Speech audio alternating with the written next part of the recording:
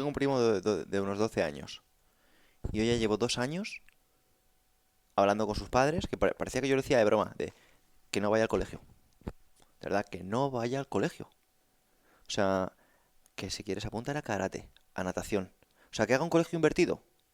Que vaya a todas las actividades extraescolares, pero que por la mañana haga lo que él quiera. Porque al final, si entendemos un poquito el mercado, si entendemos un poquito el mercado, estamos viendo que es una cuestión de competencia.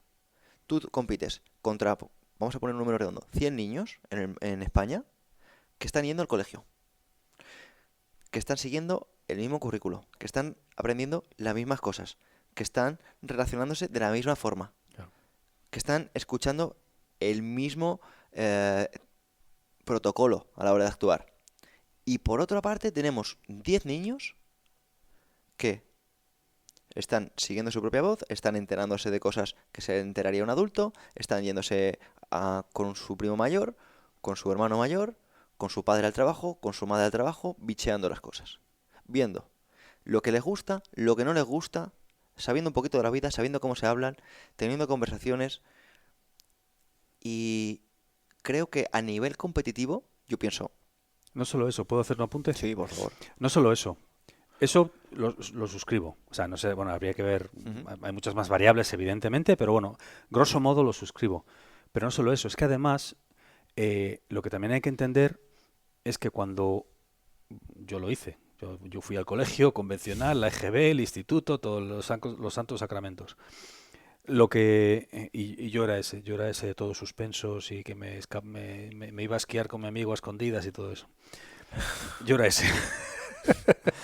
Yo empecé a estudiar a los 18.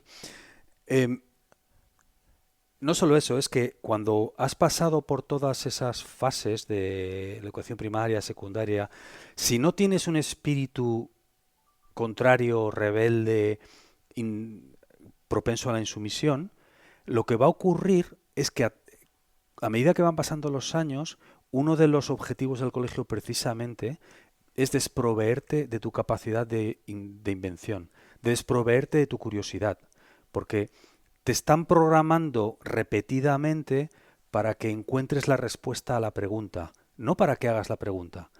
Y todos sabemos cuando repites algo muchas veces, al final tu cerebro aprende qué es lo que tiene que hacer.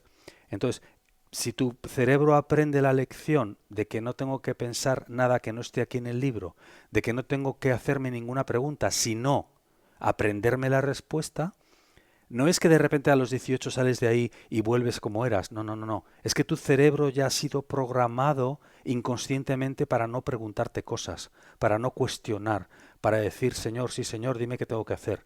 Ah, pues yo como hice lo que me dijiste, como hice lo que... Y luego ves a adultos que se comportan de esa manera. Así, ¿De dónde viene eso? Eso viene de 15 años de escolarización en el que yo voy a casa, hago mis deberes, ya la palabra en sí, deberes. O sea, yo hago lo que tengo que hacer. Si hago mis deberes, ya no tengo que pensar nada más. No tengo que pensar ni por qué sí, ni por qué no, si esto es correcto, si no es correcto, si se podría hacer mejor. No tengo que pensar absolutamente nada. Tengo que hacer los deberes. Sé que todo esto es, o sea, es mucho más complejo. Ahora mismo hay un no, pero es montón de... complejo. No, pero No, espera, perdona. sí. Estoy seguro de que hay un montón de gente del sector educativo que se está llevando las manos a la cabeza y que nos va a poner mil mensajes y probablemente muchos de ellos con razón, pero lo que estamos intentando decir aquí es por lo menos arrojar un poco de luz a que esta cuestión existe. Que hay muchos matices, seguro. Que estamos diciendo cosas que quizá no sean exactas, también seguro. Pero que lo que estamos diciendo también se sustenta en, Datos. en datos y en realidades, también. Y no hay más que ver eh, todos, si cada uno, cada alguien que esté escuchando El esto, paro. que piense, alguien que ya tenga más de 30 años, que piense cuando él estaba en la escuela primaria o secundaria, en el empollón de la clase. En los 2, 3, 4 que siempre sacaban todos sobresalientes y eran el alumno modelo. Que piense qué está haciendo hoy esa persona. Qué está haciendo, qué tipo de trabajo lleva, si tiene... Y luego que piense en qué está haciendo la gente que se corría las clases, que no iba, que se saltaba todo y tal. Entonces, ¿qué tipo de vidas tienen? Y no me refiero solo o necesariamente a la cuestión económica, ¿eh? Me refiero a la satisfacción personal que emana a alguien cuando interactúas con él o con ella. Entonces, que piense en el empollón, que piense en los que no eran tan empollones, en los tres de arriba y en los tres de abajo. Y quién, y quién emana una sensación de que están más satisfechos con la vida. Ese ejercicio hago. Entonces, si nosotros mandamos a nuestros hijos, si la gente manda a sus hijos a, a adoctrinarse, no voy a decir eso, a seguir los pasos de la educación convencional estatal, tiene sus beneficios, que tiene y muchos, pero también tiene un coste. Entonces yo lo que digo es que no podemos mirar solo los beneficios, también hay que mirar el coste. Y el coste es ese. El coste es, pues, cierta tendencia a que los niños salgan de ahí con el encefalograma plano, porque no se les enseña a cuestionar ni a pensar, se les enseña, al menos en la escuela convencional que yo conozco, quizá haya cambiado, se les enseña a responder a preguntas, a seguir y a aprenderse las cosas que alguien ha decidido que tiene que aprender. De todo el conocimiento del universo, alguien ha decidido exactamente qué tienen que aprender los niños. ¿Y eso cómo se hace? O sea, de un conocimiento infinito, alguien decide exactamente qué aprende cada niño. ¿Y qué no? Y qué no. Claro, sobre todo que no, porque por defecto es el que no. Porque si solo aprendes el 0,001%, el otro 99,99 es que no. Por eso es tan importante ese matiz. Claro, Porque ¿qué no aprenden? todo lo demás. ¿Nutrición aprenden? Pero ni a pensar, que es que para mí es lo más grave. Claro, pero mira, en relación a lo que estás comentando, uno de sus libros, creo que en Resetea tu mente, el doctor Mario Alonso Puig, que sé que lo conoces porque lo entrevistaste en Flow My Friend, desarrolla que tenemos dos hemisferios. Está el hemisferio izquierdo, que es precisamente el que estás comentando tú, que es el cerebro del concepto, de los idiomas, de las matemáticas. Está muy bien, ese cerebro es importante porque yo para recordar cosas pues, necesito tener ese cerebro. Sin embargo, estamos hablando de la mitad de la ecuación, porque el otro cerebro, que es la creatividad, el que crea un idioma, el que inventa algo nuevo, el que descubre más allá de lo conocido, o sea, existiría un teléfono móvil si no fuera por un hemisferio Claro. derecho, o existiría realmente la posibilidad de volar sin un hemisferio derecho. O sea, al final, sin un hemisferio derecho, estamos condenados a, a ser animales muy básicos, primarios. Obviamente el hemisferio izquierdo es súper importante para establecer esa conexión entre conceptos. Pero eso no significa que una persona llegue a su potencial aprendiendo lo que otros le dicen, cuando muy probablemente lo que otros le dicen sea limitado. Pero para mí, yo insisto y repito, es que quiero que este mensaje... Está el conocimiento duro, que es muy limitado y es el que alguien quiere que Ujú. los niños salgan del, digamos, del sistema educativo con él. Pero para mí lo más grave es no es tanto la información que le metemos al procesador por utilizar un paralelismo informático. Ujú.